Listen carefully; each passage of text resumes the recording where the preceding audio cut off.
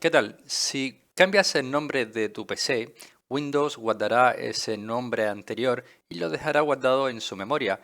Si quieres saber cómo podemos encontrar el nombre antiguo de nuestro PC en Windows 11, quédate que te voy a mostrar muy rápidamente cómo se hace.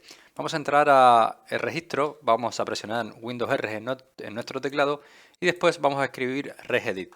Una vez que estamos dentro del registro de Windows, lo único que tenemos que hacer es dirigirnos a HK Local Machine, después nos vamos a ir a Software, después nos vamos a ir a una carpeta llamada Microsoft, que la tenemos por aquí abajo, y dentro de la carpeta de Microsoft vamos a buscar otra carpeta que se llama Scheduling Agent, ¿vale?